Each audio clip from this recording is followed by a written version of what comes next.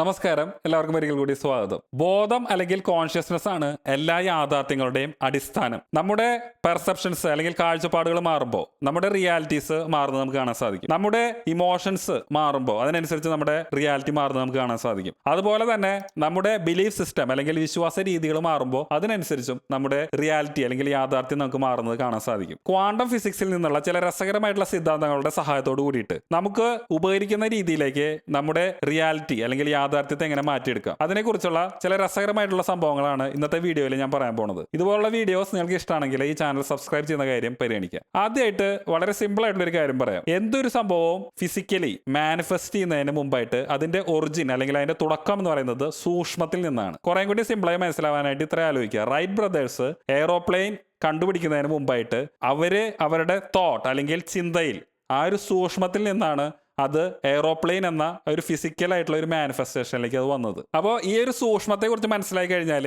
ഇനി പറയാൻ പോകുന്ന കാര്യങ്ങൾ കുറെ കൂടി എളുപ്പത്തിൽ നിങ്ങൾക്ക് മനസ്സിലാവും. ക്വാണ്ടം ഫിസിക്സിലെ രസകരമായിട്ടുള്ള തിയറിയെ കുറിച്ച് ആദ്യം സംസാരിക്കാം. അത് വേറൊന്നുമല്ല, ഒബ്സർവർ ഇഫക്റ്റ് എന്ന് പറയുന്ന ഒരു സംഭവമാണ്. വളരെ സിമ്പിൾ ആയിട്ടുള്ള ഒരു കാര്യമാണ്. ഇത്രയും ആലോചിച്ചാൽ മതി. ഒബ്സർവ് ചെയ്യുന്ന ആളുടെ ബോധത്തിനനുസരിച്ച് ഒബ്സർവ് ചെയ്യുന്ന ആ ഒരു സൂക്ഷ്മ വസ്തു അല്ലെങ്കിൽ ആ ഒരു ക്വാണ്ടം സിസ്റ്റത്തിന്റെ രൂപത്തിന് വ്യത്യാസം വരുന്നു. അത് ഒബ്സർവ് ചെയ്യാതെ ഇരിക്കുന്ന ഒരു സമയത്ത് അതിന്റെ പൊസിഷൻ എന്ന് പറയുന്നത് എല്ലായിടത്തും ഒരേ സമയം നിലനിൽക്കുന്നതാണ്.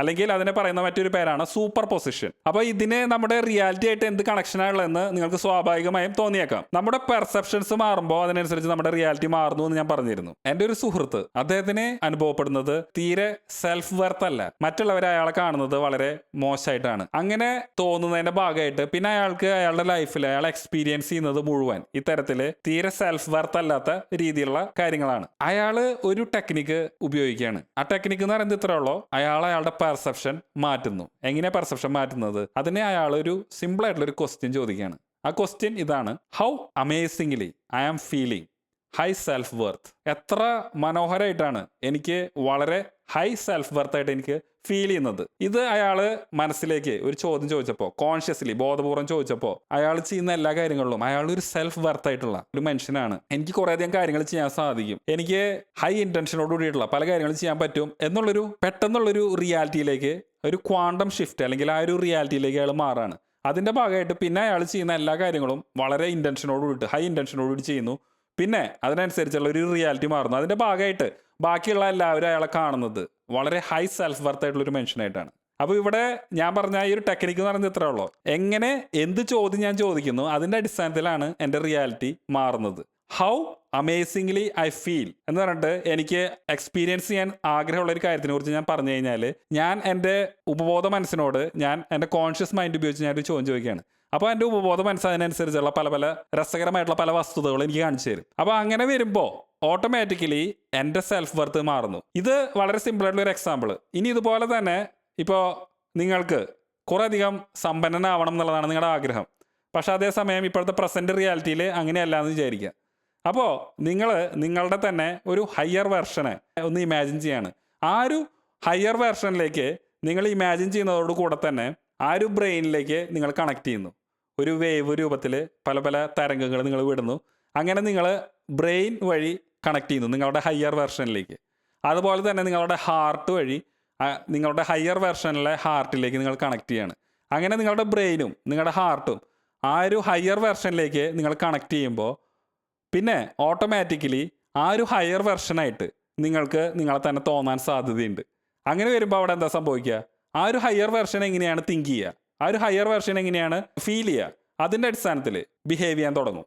വേറൊരു തരത്തിൽ പറഞ്ഞാൽ ആ ഒരു ഹയർ വെർഷനിലേക്ക് ട്യൂൺ ചെയ്യുന്നതോട് കൂടിയിട്ട് ആ ഒരു പോസിബിലിറ്റിയിലേക്ക്, ആ ഒരു സാധ്യതയിലേക്ക് നിങ്ങൾ ഓട്ടോമാറ്റിക്കലി നിങ്ങൾ മാറാണ്. അപ്പോൾ ഈ പറഞ്ഞ ക്വാണ്ടം ഫിസിക്സിലെ സൂപ്പർ പൊസിഷൻ എന്താണ്?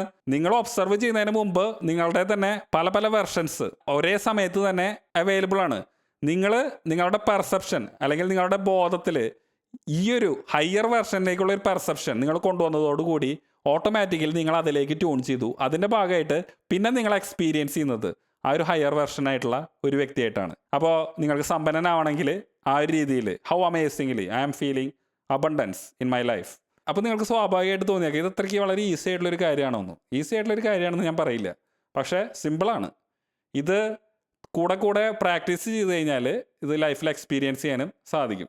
പക്ഷേ ഇവിടെ ഇത് ചെയ്യുന്നത് കോൺഷ്യസ്ലി ആണ്. അതായത് നമ്മുടെ കോൺഷ്യസ് മൈൻഡ് ഉപയോഗിച്ചിട്ടാണ്. നമ്മുടെ കോൺഷ്യസ് മൈൻഡ് എന്ന് പറയുന്നത് ആ കൂടി വളരെ കുറഞ്ഞ ശതമാനം മാത്രമാണ് നമ്മുടെ റിയാലിറ്റിയുടെ ഇതിലേക്ക് കോൺട്രിബ്യൂട്ട് ചെയ്യുന്നത്. അതായത് 5% അത്രത്തോളമാണ് കോൺഷ്യസ് മൈൻഡ് ഉപയോഗിച്ച് നമുക്ക് നമ്മളെ തന്നെ നിയന്ത്രിക്കാൻ സാധിക്കുന്നുള്ളൂ.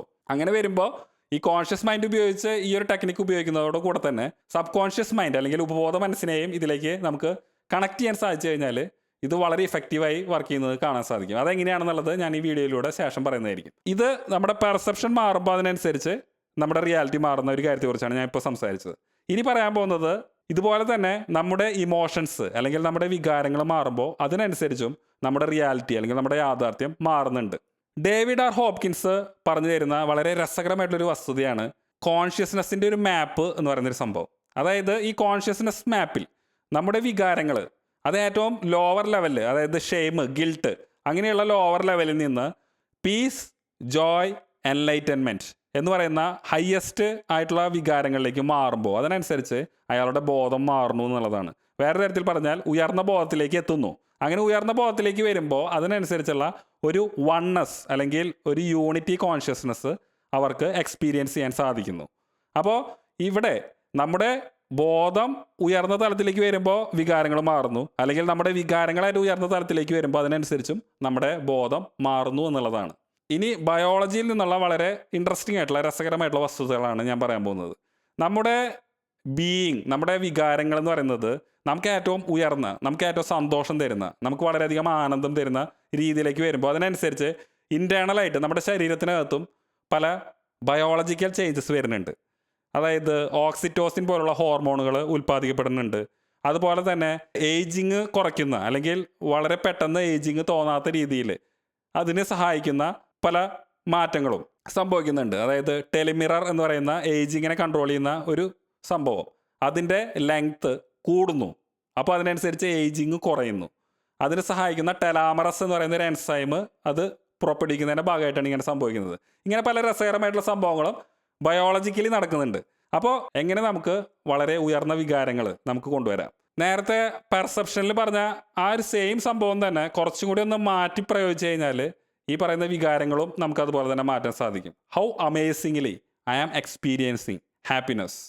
How amazingly I am feeling love.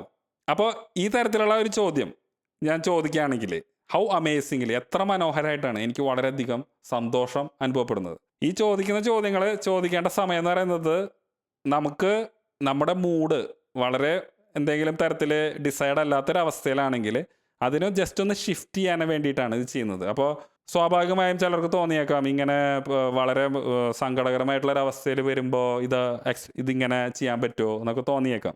ഇത് നമ്മുടെ കോമൺ സെൻസ് ഉപയോഗിച്ചിട്ട്, നമ്മുടെ ബോധം, നമ്മുടെ സെൻസ് ഉപയോഗിച്ച് നമ്മൾ ചെയ്യേണ്ട ഒരു കാര്യമാണ്. അതായത് ഓരോ മോമെൻറ്റ്സ്, ഓരോ സിറ്റുവേഷൻ അനുസരിച്ചിട്ട് നമുക്ക് എങ്ങനെ ബിഹേവ് ചെയ്യണം എന്നുള്ള കോമൺ സെൻസ് നമുക്ക് എല്ലാവർക്കും ഉണ്ടായിരിക്കേണ്ട ഒരു കാര്യമാണ്. അപ്പോൾ ചില സിറ്റുവേഷൻസിൽ ഇപ്പോൾ എനിക്കറിയാം ഈ ഒരു സിറ്റുവേഷനിൽ ചിലപ്പോൾ കുറച്ചും കൂടിയും സൈലൻ്റ് ആയിട്ട് ആ ഒരു എന്തെങ്കിലും സങ്കടകരമായ ഒരു അവസ്ഥയിൽ കൂടെ പോവുകയാണെങ്കിൽ അതിനെ അക്സെപ്റ്റ് ചെയ്യുക, ജസ്റ്റ് ആ ഒരു മൊമെൻറ്റിൽ കൂടെ പോകണം.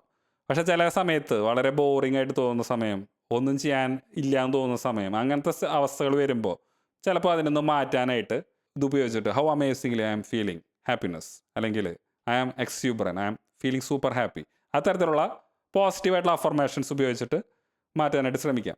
അതുപോലെ തന്നെ ചെയ്യാവുന്ന മറ്റൊരു കാര്യം എന്ന് പറയുന്നത്, ഞാൻ നേരത്തെ ഒരു ടെക്നിക്ക് പറഞ്ഞിരുന്നു, നമ്മുടെ ഹയർ വെർഷനിലേക്ക് കണക്ട് ചെയ്തിട്ട് ആ ഒരു പെർസെപ്ഷൻ കൊണ്ടുവരുമ്പോൾ അതിനനുസരിച്ച് നമ്മുടെ റിയാലിറ്റി മാറുന്നു എന്ന്. അതുപോലെ തന്നെയുള്ളൊരു കാര്യമാണ് ഇവിടെ എന്ന് പറഞ്ഞു കഴിഞ്ഞാൽ ഒരു എൻലൈറ്റൻഡ് ആയിട്ടുള്ള അല്ലെങ്കിൽ വളരെ വിജ്ഞാനമുള്ള സ്പിരിച്വൽ ആയിട്ടുള്ള ഒരു ബീയിങ്, അത് ബുദ്ധനാവാം, അല്ലെങ്കിൽ നിങ്ങളുടെ ഓരോ വിശ്വാസത്തിനനുസരിച്ച് ആ ഒരു സ്പിരിച്വൽ ആയിട്ടുള്ള ആ ഒരു ഹയർ ബീയിങ്ങിനെ ഒന്ന് മനസ്സിലേക്ക് കൊണ്ടുവരിക. എന്നിട്ട് ആ ഒരു ഹയർ ബീയിങ്ങിൻ്റെ ഹാർട്ട്, ഹൃദയത്തിലേക്ക് നിങ്ങളുടെ ഹൃദയം കണക്ട് ചെയ്യുന്നതായിട്ട് ഒന്ന് ഇമാജിൻ ചെയ്യുക. അപ്പോൾ അതിൻ്റെ ഭാഗമായിട്ട് ഓട്ടോമാറ്റിക്കലി ഈ സമാധാനം നമുക്ക് എക്സ്പീരിയൻസ് ചെയ്യാനായിട്ട് സാധിക്കും. അല്ലെങ്കിൽ ഈ ഒരു ചോദ്യം ചോദിക്കുക, how amazingly I am experiencing stillness in my mind. എത്ര മനോഹരമായിട്ടാണ് എൻ്റെ മനസ്സിൽ എനിക്ക് വളരെയധികം ശാന്തത അനുഭവപ്പെടുന്നത്. അങ്ങനെ ആ ഒരു എക്സ്പീരിയൻസ്, ആ ഒരു അനുഭവം എൻ്റെ കോൺഷ്യസ് മൈൻഡ് ഉപയോഗിച്ച് ഞാനത് ഫീൽ ചെയ്യാനായിട്ട് ശ്രമിക്കുമ്പോൾ ഞാൻ ട്യൂൺ ചെയ്യുന്നത് ആ ഒരു ഹയർ വൈബ്രേഷനിലേക്കാണ്. അപ്പോൾ അതെനിക്ക് എക്സ്പീരിയൻസ് ചെയ്യാനായിട്ട് സാധിക്കും. അപ്പോൾ ഇവിടെ പറഞ്ഞ ഇമോഷൻ എന്ന് പറയുന്ന ഒരു സംഭവത്തിനാണ് ഏറ്റവും ഇമ്പോർട്ടൻസ്. അപ്പോൾ നമ്മുടെ ഇമോഷൻസ് നമുക്ക് ഏറ്റവും ഉയർന്ന തലത്തിലേക്ക് കൊണ്ടുവരാൻ സാധിക്കുമ്പോൾ അതിനനുസരിച്ച് നമ്മുടെ റിയാലിറ്റി മാറുന്നതും നമുക്ക് കാണാൻ സാധിക്കും. ഇനി പറയാൻ പോകുന്നത് നമ്മുടെ ബിലീഫ് സിസ്റ്റം അല്ലെങ്കിൽ നമ്മുടെ വിശ്വാസ രീതികൾ മാറുമ്പോൾ അതിനനുസരിച്ച് എങ്ങനെ നമ്മുടെ റിയാലിറ്റി അല്ലെങ്കിൽ നമ്മുടെ ജീവിത യാഥാർത്ഥ്യങ്ങൾ മാറുന്നു. ഈ ബിലീഫ് സിസ്റ്റം എന്ന് പറയുമ്പോൾ മനസ്സിലാക്കേണ്ട രസകരമായിട്ടുള്ളൊരു വസ്തുത എന്ന് പറയുന്നത് ഈ ലോകത്തിലുള്ള ഭൂരിഭാഗം ആളുകളുടെയും ബിലീഫ് സിസ്റ്റം അവരവരുടെ ചെറുപ്പത്തിൽ വളർത്തിയെടുക്കുന്നത് അവർക്ക് ഉപകരിക്കാത്ത രീതിയിലായിരിക്കും. അതിന് കാരണമായ പലതരത്തിലുള്ള സോഷ്യൽ കണ്ടീഷനിങ് ആയിരിക്കും, സാമൂഹ്യപരമായിട്ടുള്ള പല കണ്ടീഷനിങ്. അപ്പോൾ ഇതിൽ നിന്നൊക്കെ പുറത്ത് ചാടി വന്നാലാണ് ആ വ്യക്തിക്ക് അയാൾ ആഗ്രഹിക്കുന്ന രീതിയിലുള്ള ഒരു ജീവിതം അല്ലെങ്കിൽ ഒരു റിയാലിറ്റി വളർത്തിയെടുക്കാനായിട്ട് സാധിക്കുള്ളൂ. അപ്പോൾ ഇവിടെ ഈ പറയുന്ന ബിലീഫ് സിസ്റ്റം മാറണമെങ്കിൽ അയാളുടെ കോർ ബീയിങ് അല്ലെങ്കിൽ ഐഡൻറ്റിറ്റി ലെവലിൽ മാറ്റം വരുത്തേണ്ടതായിട്ട് വരും. അപ്പോൾ ഞാൻ നേരത്തെ പറഞ്ഞ പെർസെപ്ഷൻസും ഫീലിങ്സിൻ്റെയും ഒക്കെ ആ ഒരു സെയിം ടെക്നിക്ക് തന്നെയാണ് ഇവിടെയും വരുന്നത്. കോൺഷ്യസ്ലി ഞാൻ എഫേർട്ട് എടുത്തിട്ട് എൻ്റെ ഐഡൻറ്റിറ്റി ലെവലിൽ മാറ്റം വരുമ്പോൾ അതിൻ്റെ ഒരു റിഫ്ലക്ഷൻ എൻ്റെ ബിലീഫ് സിസ്റ്റത്തിൽ വരുന്നു. അപ്പോൾ ആ ബിലീഫ് മാറുന്നതിനനുസരിച്ച് അതിനനുസരിച്ചുള്ള ചിന്തകൾ എൻ്റെ മനസ്സിലേക്ക് വരുന്നു, അതിനനുസരിച്ചുള്ള വികാരങ്ങൾ എൻ്റെ ഹൃദയത്തിൽ നിന്ന് വരുന്നു. അപ്പോൾ ഇവിടെ ഒരു റിവേഴ്സ് സിസ്റ്റമാണ് വരുന്നത്. അതായത് സാധാരണ ഒരു വ്യക്തിക്ക് അൺകോൺഷ്യസ്ലി അയാൾ അറിയാതെ രൂപപ്പെടുത്തിയെടുത്ത പല ചിന്തകളും പല വികാരങ്ങളും അതിൻ്റെ ഭാഗമായിട്ടുള്ള വിശ്വാസമാണെങ്കിൽ ഇവിടെ ഐഡൻറ്റിറ്റി ലെവലിൽ മാറ്റം വരുത്തുമ്പോൾ അയാൾ കോൺഷ്യസ്ലി എഫേർട്ട് എടുത്ത് ഐഡൻറ്റിറ്റി മാറുന്നു, അതിനനുസരിച്ച് അയാളുടെ ബിഹേവിയർ അല്ലെങ്കിൽ ബിലീഫ് സിസ്റ്റം മാറുന്നു, അതിനനുസരിച്ച് അയാൾ ചെയ്യുന്ന പ്രവൃത്തികൾ, അയാളുടെ തോട്ട്സ് മാറുന്നു, ആക്ഷൻസ് മാറുന്നു. അപ്പോൾ അങ്ങനെ നമ്മുടെ ബിലീഫ് സിസ്റ്റത്തിലേക്ക് മാറ്റം വരുമ്പോൾ അതിനനുസരിച്ചുള്ള റിയാലിറ്റി അയാൾക്ക് മാറ്റാനായിട്ട് അയാൾക്ക് സാധിക്കും. അപ്പോൾ ഇവിടെ ഈ പറഞ്ഞ 3 കാര്യങ്ങൾ, പെർസെപ്ഷൻസ് മാറുന്നതായാലും ഇമോഷൻസ് മാറുന്നതായാലും ബിലീഫ് സിസ്റ്റം മാറുന്നതായാലും ഇതിൻ്റെ ഫണ്ടമെൻ്റൽ എന്ന് പറയുന്നത് എൻ്റെ ബോധം, എൻ്റെ കോൺഷ്യസ്നെസ്സിൽ ഞാൻ ഏത് തരത്തിൽ ഞാൻ അതിനെ മാറ്റം വരുത്തുന്നു എന്നുള്ളതിൻ്റെ അടിസ്ഥാനത്തിലാണ്. ഇനി സംസാരിക്കാൻ പോകുന്നത് ആ ഒരു കോൺഷ്യസ്നെസ് എങ്ങനെ നമുക്ക് നേടാം. അതിന് സഹായിക്കുന്ന ഏറ്റവും ഇമ്പോർട്ടൻ്റ് ആയിട്ടുള്ള ഒരു പ്രാക്ടീസ് എന്ന് പറയുന്നതാണ് മെഡിറ്റേഷൻ. ആ ഒരു മെഡിറ്റേഷന് മുമ്പായിട്ട് എന്തിനാണ് ഈ ഒരു മെഡിറ്റേഷൻ ചെയ്യുന്നത്, അതിൻ്റെ ഒരു ഇൻറ്റൻഷൻ കൊണ്ടുവരാവുന്നതാണ്. ഇൻറ്റൻഷൻ എന്ന് പറയുമ്പോൾ ഉദ്ദേശം. എനിക്ക് വേണ്ടിയിട്ടുള്ളൊരു കാര്യമാണെങ്കിൽ അത് വളരെ നോർമലായിട്ടുള്ളൊരു ഇൻറ്റൻഷനാണ്. എനിക്കും മറ്റുള്ളവർക്കും ഉപകരിക്കുന്ന ഒരു ഇൻറ്റൻഷൻ അല്ലെങ്കിൽ ഒരു ഉദ്ദേശം എന്ന് പറയുമ്പോൾ അതൊരു ഹയർ ഇൻറ്റൻഷനാണ്. അപ്പോൾ ഒരു ഹയർ ഇൻറ്റൻഷനോട് കൂടിയിട്ട് മെഡിറ്റേഷൻ ചെയ്യാവുന്നതാണ്. ഇപ്പോൾ ജീവിതത്തിൽ കുറേ അധികം സമ്പത്ത് എക്സ്പീരിയൻസ് ചെയ്യണം, how amazingly I am feeling abundance എന്നുള്ള ആ ഒരു ഇൻറ്റൻഷനോട് കൂടിയിട്ട് മെഡിറ്റേഷൻ ചെയ്യാം. അപ്പോൾ മെഡിറ്റേഷൻ ചെയ്യുമ്പോൾ ശ്രദ്ധിക്കേണ്ട ഒരു കാര്യം എന്ന് പറയുന്നത് കണ്ണുകളടച്ച് നിവർന്നിരുന്ന് ജസ്റ്റ് നമ്മുടെ ശ്വാസത്തിലേക്ക് ഫോക്കസ് ചെയ്യാവുന്ന രീതിയിലുള്ള മെഡിറ്റേഷൻ ചെയ്യാം. അങ്ങനെ ശ്വാസത്തിലേക്ക് മാത്രം ഫോക്കസ് ചെയ്ത് നമ്മുടെ മനസ്സ് വളരെയധികം ശാന്തമാവുന്ന ഒരു അവസ്ഥയിലെത്തുമ്പോൾ ഉപകരിക്കുന്ന രീതിയിലുള്ള അഫർമേഷൻസ്. ഇപ്പോൾ സമ്പന്നത എക്സ്പീരിയൻസ് ചെയ്യാനായിട്ട് ആണെങ്കിൽ large sums of money is coming quickly and easily to me. അങ്ങനെ നമ്മുടെ മനസ്സിനെ വളരെയധികം ശാന്തമാക്കിക്കൊണ്ട് വളരെ പോസിറ്റീവായിട്ടുള്ള അഫർമേഷൻസ് ഉപയോഗിക്കുകയാണെങ്കിൽ അതിനനുസരിച്ച് നമ്മുടെ വിശ്വാസ രീതികൾ മാറുന്നു. അതിന് സഹായിക്കുന്ന 7.25 മണിക്കൂർ ദൈർഘ്യമുള്ള ഒരു സെൽഫ് ഹിപ്നോസിസ് വീഡിയോ ഞാൻ മുമ്പ് ചെയ്തിട്ടുണ്ട്.